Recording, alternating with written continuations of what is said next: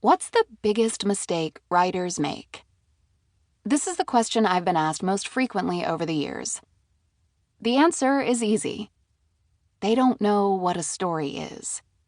So even though they have a great idea, their prose is gorgeous, and there's a lot of action, there's no real story, and so no driving sense of urgency, which translates to no readers. The result? Countless writers end up heartbroken because no matter how hard they work, how many writing workshops they take, how many degrees they earn, they still can't get an agent, can't get a book deal. And if they decide to self-publish, in order to show those talent-blind publishing bigwigs a thing or two, they can't get anyone other than their friends and family to buy their book. The statistics can be scary. In 2012, the New York Times reported that most self-published books sell fewer than 150 copies.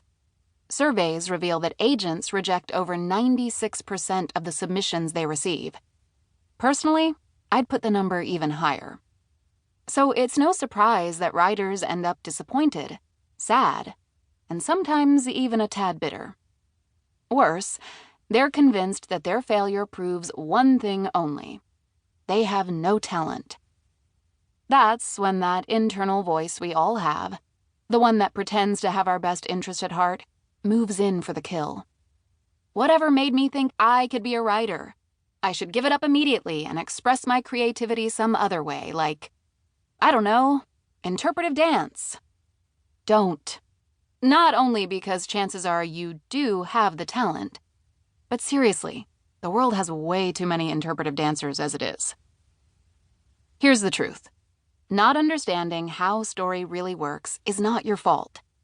It's on par with not knowing exactly how your body absorbs the nutrients in the food you eat.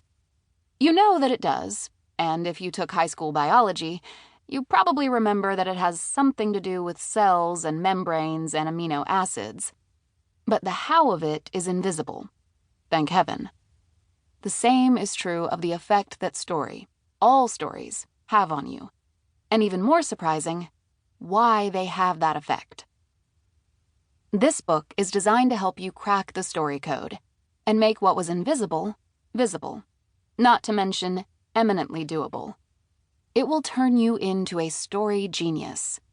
It will show you step by step how to craft a blueprint for your story that will set you up for success from the get-go. It will also drastically cut down on rewriting time, and it's the only thing that will. You'll not only hook readers from the very first sentence, but your novel, or screenplay, play, or short story, will be deeper, richer, and more compelling than anything you've written before. How can I be sure? Because we're not talking about some new flavor-of-the-month writing system conjured out of thin air. We're talking brain science. Humans are wired for story. We hunt for and respond to certain specific things in every story we hear, watch, or read. And they're the exact same specific things, regardless of the genre. Why is this so? Because story is the language of the brain. We think in story. The brain evolved to use story as its go-to decoder ring for reality. And so we're really expert at probing stories for specific meaning and specific info. And I mean all of us, beginning at birth.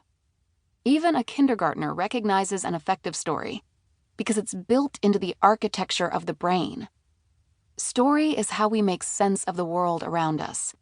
It's a system that predates written language by eons. Heck, before spoken language, we grunted and signed in story. I'd wager that early in the morning, the cranky among us still do. Because our response to story is hardwired, it's not something we have to learn or even think about, which is why we are often unaware of the power story has over us. When a story grabs you, you're in its sway, no questions asked. You may have heard the oft-expressed sentiment that getting lost in a good story demands a willing suspension of disbelief. In fact, this couldn't be less true, because it implies we have a choice as to whether we fall under the spell of a captivating story. We don't have a choice. The power story has over us is biological. But while responding to story is hardwired, creating a story is not.